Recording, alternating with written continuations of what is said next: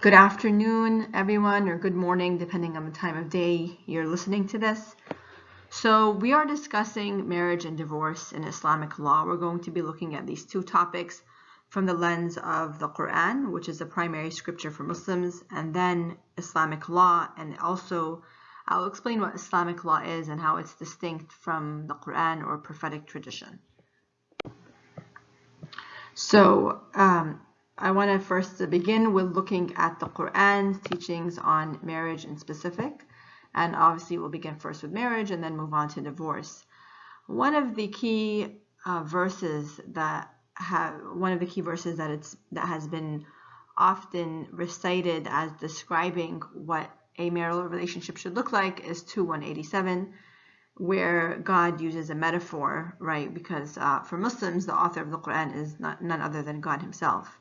And this metaphor is they are as a garment for you, and you are as a garment for them. Obviously, we can try to extrapolate a lot of things from this metaphor. What is the significance of this metaphor? Why would God be describing the spouses in terms of garments or clothing for one another?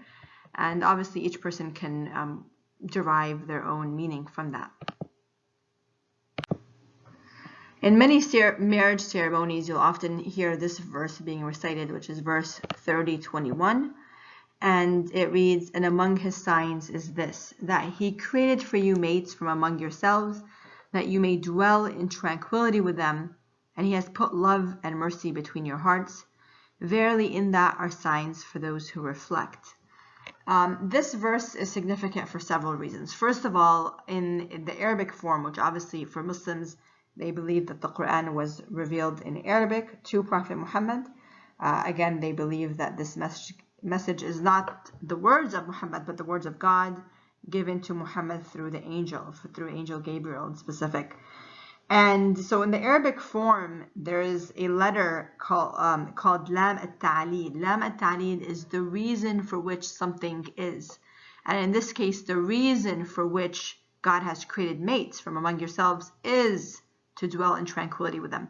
And so obviously one would need a background in Arabic grammar in order to come to this understanding. And that is why in the genre of exegesis, grammar and understanding grammar was considered a key requirement.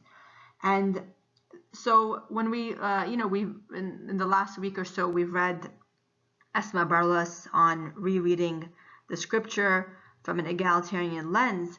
And one of the arguments she makes, as well as other Islamic feminists, whether or not they identify with that term, such as others such as Amina Wadud, one of the key arguments they make is that when we try to understand what the Quran says about gender, should we look at the few verses that would seem to denote a hierarchy between men and women, or should we look at the multiple and countless verses that would seem to denote an egalitarian relationship?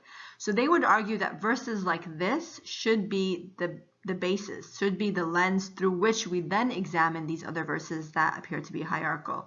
We're not going to look at those verses today because they would just take us off on a tangent. However, if you guys are interested in looking at those more hierarchical verses, we can do that together in a separate PowerPoint.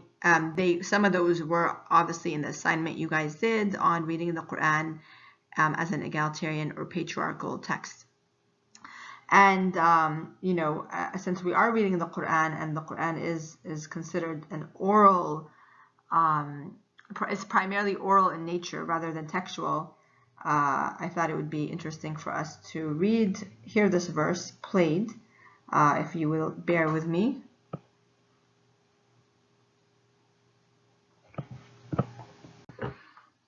So one of the aspects of the Quran that we haven't had as much time to really consider in this class is the fact, again, that it's considered primarily oral. It's rather than textual. It's something to be recited, to be memorized, to be committed to heart. And so for that reason, I'm going to play for you guys what this verse would sound like. And this is a verse that's often recited, again, in marriage ceremonies.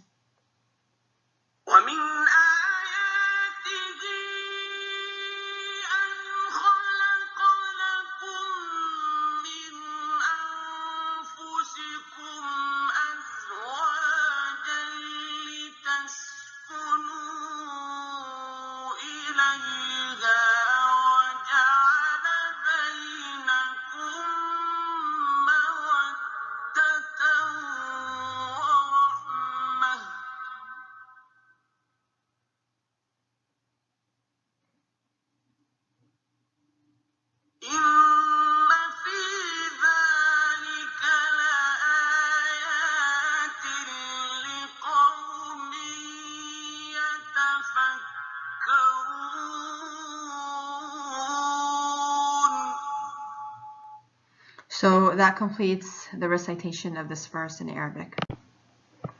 So now I'm going to move on to juristic views of marriage. When I say juristic, by this I mean how Islamic jurists early on in Muslim history viewed marriage. First of all, one distinction about Islam than other religious traditions we may be familiar with, such as Christianity, is that celibacy is discouraged. There's no notion that if one wants to be spiritual and close to God, that one should refrain from marriage or refrain from even sex, right? Because as we'll see, actually jurists viewed marriage to be primarily, one of the reasons for marriage is first for good companionship, and second to channel human beings' natural sexual desires. And so they saw marriage as a very natural thing, and it was highly encouraged. In fact, there's a prophetic tradition where the prophet rebukes these three men. One who says, he will pray all night and not sleep, and the second one says he will fast every day, and the third says, he will never get married. And for each of them, he has something, basically arguing for moderation, to not go to extremes. And for the man who said that he would never marry, he told him, I'm a prophet, and prophets marry. That prophets do get married. That there's no idea of celibacy in Islam. And the way the Islamic jurists viewed marriage is that this was inherently beneficial for human beings individually and for society collectively. With that said, the jurists had established conditions for marriage early on in the formation of Islamic law. One thing we have to try to understand in terms of what the history of Islam looks like is that the Prophet dies in 632 in the Common Era. And the revelation of the Quran ends with his death, as well as his traditions, right, his reports. And then these become the two fundamental sources of Islam, both for Sunni and Shia Muslims. However, what we'll find is that the Quran might not be very explicit about certain things, neither is the prophetic tradition. It's explicit about some things and not other things. And so jurists early on try to formulate kind of an organized, coherent way to structure rules about society, about how one should live one's life. And that is where Islamic law comes into play. And from the get-go, there were differences of opinion. And that's something really important we need to know about Islamic law, is that there is more than one legal school. Currently in the Sunni school, there are 4 legal schools. And in the 12er Shia sect, there is one primary school called the Jafari school. But they're all regarded as valid schools, and one could follow the opinion of any of them. And so there's this inherent pluralism to Islamic law that is often a fact that's often missed when we speak of Islamic law. There was this pluralism, there was more than one opinion, because Islamic law, or the correct term here is fiqh, F-I-Q-H, which is, again, these legal rulings, was seen as the best human effort put forth to try to understand divine will, divine intent, but it was not divine intent itself. Sorry, my cat's messing with my couch here. I'm sorry, you have to re-record the slide because of my wonderful cat. So the conditions of marriage that the jurists put forth were primarily consent, that the two had to consent to the marriage. There is something called meher, which is a marital gift that the husband owes the wife. The third thing is that they need to intend that this is a permanent marriage contract. That's not a temporary union. Now, where there is some disagreement on this is when it comes to the 12er sect, the Shia sect. And even there, not all Shia scholars agree that that a man and woman can come together for a temporary union. But that's something that is distinct in the Shia tradition, that there is this concept of mut'a marriage, which is, again, temporary marriage. But it is considered forbidden in the Sunni legal schools. Also, in 3 of the 4 legal schools, a woman requires a wali, which is usually her father or a grandfather, who would safeguard her interests, who would make sure that her interests are upheld, that her rights are going to be upheld in the marriage contract, that her meher is of a reasonable price, that is, she's not being sort of taken advantage of. However, in one of the legal schools in Sunni Islam, I should say, the Hanafi legal school, they do not require a wali. And that is because they believe a woman is autonomous. So just as she's financially autonomous, they argued that she's therefore autonomous in terms of marriage. She does not need a guardian to approve or overlook the marriage. The last condition is a condition of witnesses, that there needs to be 2 witnesses to the contract. Again, one of the legal schools, which is the Maliki school, it's predominant in North Africa, did not require these witnesses for the marriage contract. We often hear of coerced marriages or forced marriages. That's one of the themes that Layla Abu Lughod discusses in her work. However, we need to realize that this explicitly and fundamentally violates both a tradition from Prophet Muhammad as well as Islamic law. In fact, all 4 legal schools require that a father seek his daughter's approval for the marriage. And this was based on the hadith that a previously married woman shall not be married until she gives her consent, nor should a virgin be married until she gives her consent. And so when we hear of coerced marriages, we need to recognize that they are violating the explicit teachings of Prophet Muhammad. One of the conditions for the contract is that the wife should receive this marital gift called a mahr. This word has been translated in many different ways, as a dower, as a dowry. However, Yusuf Rappaport, who's a historian who writes a lot on marriage and divorce and Islamic law, says that the best translation is just to call it a marital gift, that it's a gift given in marriage. One important thing is that the dower is hers to keep. The legal schools agreed that any dower given to a father or uncle or grandfather or anyone other than the wife was as good as a dower not given at all, that it was good as nothing, and that he still owed her a dower, and this was a debt. In fact, this was considered a debt that he would have to pay before his death, and if he does not, it had to be deducted from his inheritance before the inheritance could be distributed. What happens early on in Islamic history, this doesn't happen during the prophetic period, but it happens later on, is that the dower ends up being divided into advanced and deferred portions. So what that means is because the dower kept increasing and women asked for substantive sums of money, sometimes enough to buy an entire home. This was something that Judith Tucker finds in the Ottoman period, that a woman's dower was enough for her to be able to buy property with.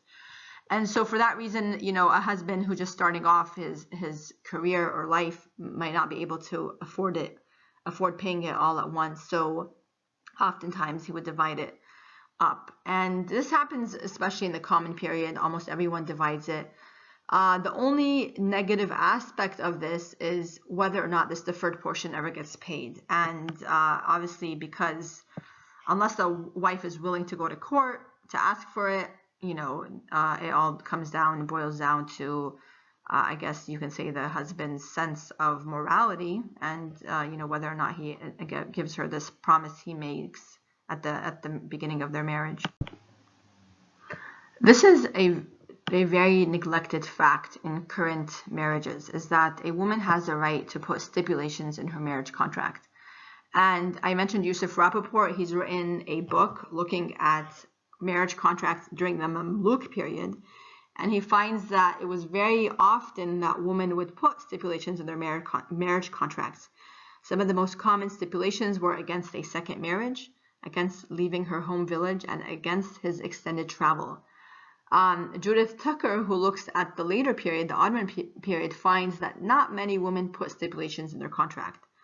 And today, I would argue, especially in the Arab world, this practice is hardly upheld, and some people don't even realize they have this right. In Iran, however, I found that actually one positive thing that has happened in the Islamic Republic of Iran is that they do inform women of the right to put these stipulations in their contracts, and they list a number of stipulations that can be listed. Another right a woman has is for financial maintenance. So the husband is legally responsible to pay for her basic costs of living. So for her clothing, her food, her housing. Another interesting fact, when you read legal literature, these old classical legal manuals, is that they argued that a woman should be provided for at the level that she was accustomed to. So if a woman was used to having a maid, or what they call domestic servant, then the husband should provide something equal to that. Al-Hibri, who we read for this week, also says that women are not responsible for domestic chores. And that is actually, in the classical Islamic law, a woman was not responsible for domestic chores. That was not seen as her obligation. It's interesting, however, when we look at modern discourse on the family, you do find an emphasis on women being responsible for this. And some scholars, such as Amira Sumbul, we haven't read her work, she teaches at Georgetown University, she actually argues this was because of the influence of the European notion of the Victorian family and the nuclear family, and that is why this influenced how modern scholars then viewed men and women's responsibilities. Another thing is that in Muslim marriages, there is no practice at all of a woman changing her last name. It's basically unheard of. Some women obviously do this now in the West because this is a common practice here in the West. But in the Muslim world, it's really an unheard of practice to change a woman's last name after marriage. So we read Aziz al-Hibri's work, and it's interesting. She makes this critique that jurists in some ways departed from what she calls divine logic, and that they were influenced by the underpinnings of a patriarchal world. So we haven't really looked at examples of that, but obviously one, at least from my own research, one finds this the most when it comes to certain interpretations of one verse in the Quran, one particular verse, verse 434, as well as another verse, verse 2-28. We find that commentaries on those verses obviously that the men were influenced by some patriarchal ideas and sometimes would read that into the Quran. Now we're going to move on to divorce, and we're going to look at, just as we did with marriage, divorce in scripture and Islamic family law. So what does the Quran teach when it comes to divorce? First of all, it puts an emphasis on trying to reconcile matters peacefully. If you can read this verse here, it says, if they want to set things right, God may bring about the reconciliation. So first, instead of just rushing on to divorce, there is an emphasis on trying to reconcile things if possible. The second thing it teaches is that if settlement is not possible, then divorce should be governed by fairness, kindness, and legal rulings. That there are laws that have to be followed. We'll look at one verse here where it says, when you divorce women, and here it's speaking specifically to men, and they fulfill the term of their iddah. The iddah is a waiting period that a woman has after a man divorces her. Again, if she initiates a divorce, there is a difference of opinion as to whether or not she has to have this waiting period. But the point of the waiting period is it's 3 menstrual cycles. It's to determine whether or not she's pregnant, basically. And the idea is if she's pregnant, the husband might change his mind about the divorce. And so it gives him this leeway. But to move on, it says that when the women fulfill the term of their iddah, either take them back on equitable terms or set them free on equitable terms. And this verse becomes a key legal principle that a husband is not allowed to keep his wife and then abuse her. That either if he's going to stay married to his wife, he needs to be fair and equal. And if not, then he should set her free. But that, a woman should not be kind of held against her will.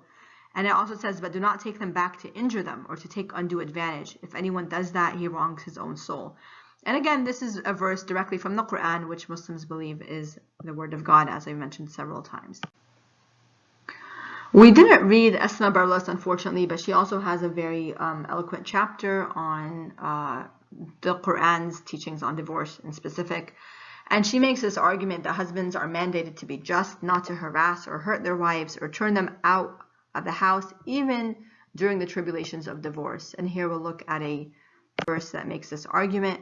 So this verse 65:6, again from the Quran, And it says, let the women who are undergoing a waiting period live in the same manner as you live yourselves. So even during this waiting period, the husband has to provide housing for his wife in accordance with your means and in the same manner as you live, right? So, you're not going to put them in a shed, right? If you have a bedroom house, if you have a 2-story house, they need to be provided for in the same manner as you provide for yourself.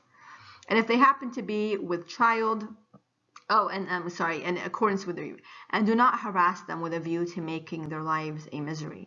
And I'll talk about the significance of that in a few minutes when we talk about female-initiated divorce, because some men will try to take advantage of the fact that if the wife is the one who initiates the divorce, he does not have to pay back the meher, the marital gift. She actually would have to pay back whatever he gave her. So some men might want to try to really make their wives' lives a misery, just a complete misery, in order so that she asks for the divorce and not he. And they do that just for financial gain. And so the Quran here is actually condoning that and saying, you cannot do that. You can't harass her to push her to ask for the divorce, by making her life miserable. Obviously, it's not explicitly saying that, but then one can read that between the lines when you understand what the rulings are. And I'll let you read the rest of this verse for yourself. So there are 5 primary types of divorce. Number 4 here has two types, which I didn't separate just to kind of keep more space, but technically it's 5. The first is judicial annulment, where the judge actually just annuls the marriage. The second is when the man initiates a divorce. The third is when the wife initiates a divorce. And the 4th and 5th are 2 different types of divorce. One by delegation, divorce by delegation, or li'an, when one charges his or her, his wife or her husband of adultery. We'll begin first with judicial annulment. In here, if you notice, it says Hanafi law. This is one of the 4 Sunni legal schools. And every legal school has different grounds for what is considered legal grounds or sufficient grounds for a judicial annulment, for the judge to just come and say, you know what, this marriage violates certain fundamental conditions, and therefore, to just annul it. In the Hanafi law, they had less grounds for annulment. One was a husband's impotence. One is his serious or chronic illness. Third was insanity.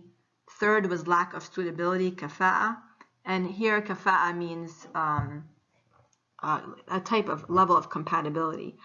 What's a little bit, disturbing about this is that the father did have the right to come and say that the wife's choice. So if you recall, we did say Hanafi law allows the wife to marry without her guardian's approval. But Hanafi law also allows for the father to come in and appeal her decision if he thinks the husband is not compatible. And there are different ways that they determine compatibility. Also, in Islamic law, a wife is required to be married to a Muslim man. So if she converts to Islam and her husband does not, that's also grounds for a judicial annulment. And lastly, coercion, that if someone was coerced to get married, that was also seen to be, that was a violation of one of the conditions we discussed. So the judge could annul that marriage.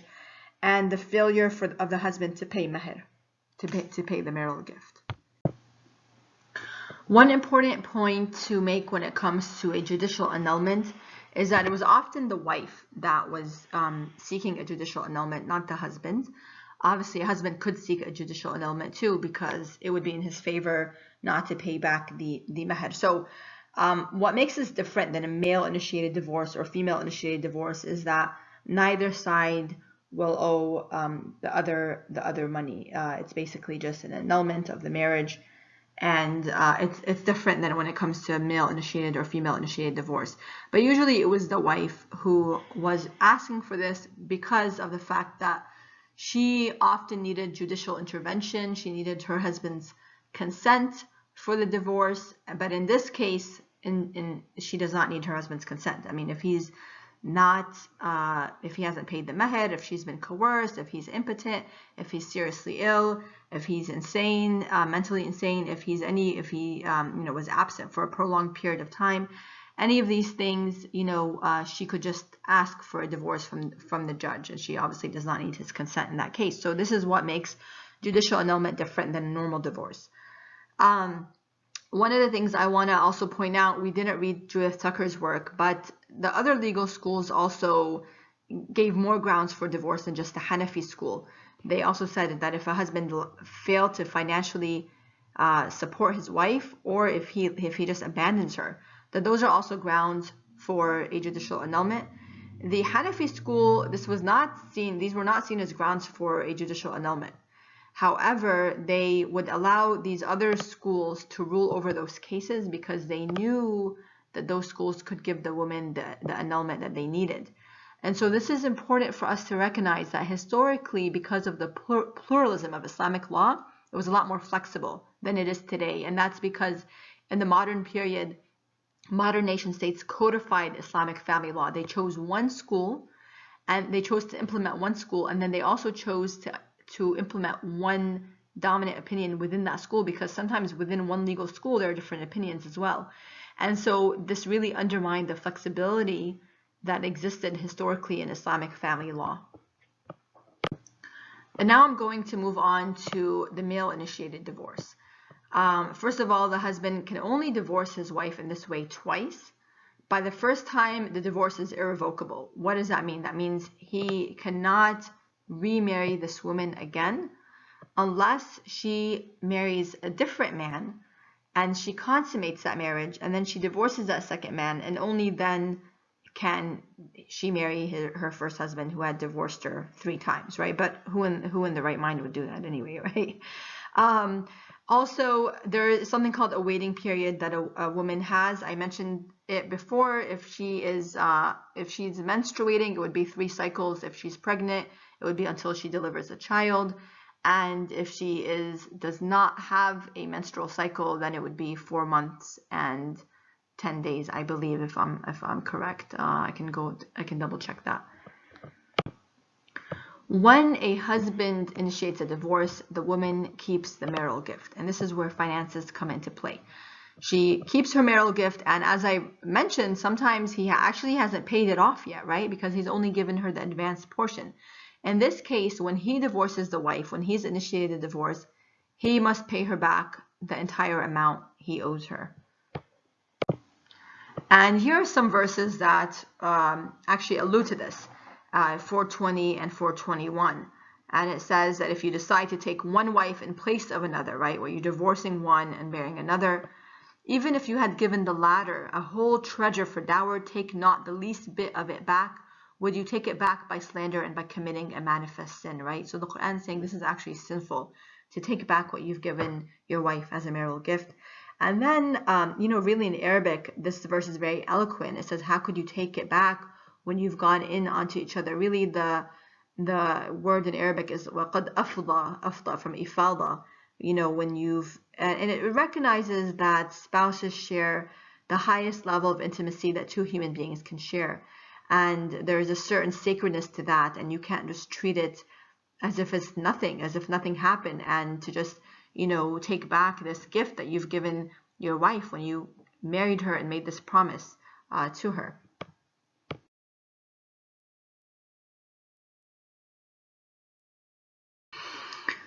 I will now move on to the third type of divorce, which is a female-initiated divorce called khula. So in this case, the woman forgoes her financial rights, right? And this is what makes a male-initiated divorce and female-initiated very different. This is the key thing, is that, and as I mentioned, when the man divorces his wife, he has to pay her whatever he owes her of the mahr, and she keeps it. Whereas if she initiates a divorce, she has to give him back whatever he's paid her in terms of this marital gift. And the reason this is significant is we're not talking about like $1,000 or $2,000. Usually it's a significant amount of money. I've seen in a lot of marriage contracts today, contracts with up to $25,000, $50,000. Obviously, this is not all paid as a lump sum. A lot of it is deferred, and then, who knows if the man ultimately pays it off or not. Sometimes she might waive it off, right? But the idea is that, and this is not by no means all Muslim marriages. Some might not put much premium on the marital gift, and it might just be a symbolic thing, it might not be a significant amount of money. But nonetheless, this is why this issue becomes important. And a woman's right to initiate divorce comes from a hadith, a prophetic tradition, where a woman comes to the Prophet. Her name was Habiba bin Sahel. There's also a different narration where her name is Fatima. We have two narrations of this tradition. And she goes to the Prophet and she says, basically, I'm going to paraphrase, but she says, there's nothing wrong with this guy, but I can't stand him, right? I can't endure to live with him. So the Prophet, and here when it says messenger of God, it's another word for meaning Prophet Muhammad. So he asks her, will you return his garden? Because this is what he had given her as the marital gift, as the mahr. So she agrees, and then the Prophet says to Thabit, says to the husband, accept the garden and divorce her. So based on this tradition, the jurist said that a woman has the right to, basically free herself from a miserable marriage, a marriage she doesn't want. But again, she has to give back whatever he's given her as a marital gift. The fourth type of divorce is called tafwid at-talaq. Now, different legal schools have different conditions. We're looking at this primarily from the Hanafi legal school, which is the main school in Ottoman history, as well as, actually I'm not sure about the Mamluk period, but these notes here also are from the Mamluk period as well. But basically, tafwid al-talaq works like this. It's where the husband says, I delegate my authority of divorce to you in the case of X, Y, or Z, right? So if it's in their contract, basically he would say, if I marry a second wife, then you have the right to divorce yourself from me. Why is this important? Then her divorce in this case is the same as his divorce. She doesn't need his consent. She doesn't need to give back the mahr. She just exercises his right of divorce upon herself. The other way that this happened was through conditional repudiation. This is really weird, but basically if he makes an oath and says, if this happened or if this doesn't happen, then I divorce you, or you have the right to divorce yourself. But it's important to recognize that at least when it comes to contract stipulations, this can be, and historically and theoretically was a way to empower women to leave unwanted marriages without having, again, to forego their financial rights. This is the fifth and last type of divorce we're going to discuss, called li'an. Li'an is a process when one wants to accuse his wife of adultery, and this is kind of related to the topic we were initially going to discuss, right? And I'm going to move on to discuss the verses, and then we'll come back to this slide. So these verses are from chapter 24 in the Quran, and this begins with verse 4, chapter 24. And as for those who accuse chaste women of fornication, and then fail to provide 4 witnesses, strike them 80 times and reject their testimony ever afterwards. They are the lawbreakers, except for those who repent and make amends, right? So what this is saying is that if you're going to accuse someone of fornication or adultery, you have to provide 4 eyewitnesses. However, we have a story from the tradition. This is a true story that took place during the time of the Prophet Muhammad, where a man sees his wife, literally sees her having sex with another man, and obviously she's married to this other guy and she's having an affair, and he doesn't have any other witnesses but himself. And these verses are already here up till verse 5, and so he goes to the Prophet and he basically complains of what happened, and the Prophet is not able to remedy his situation because he's basically confined by what God has legislated through the Quran. And then later on, verses 6 through 9 are revealed, and they say that they were revealed specifically because of this man's situation.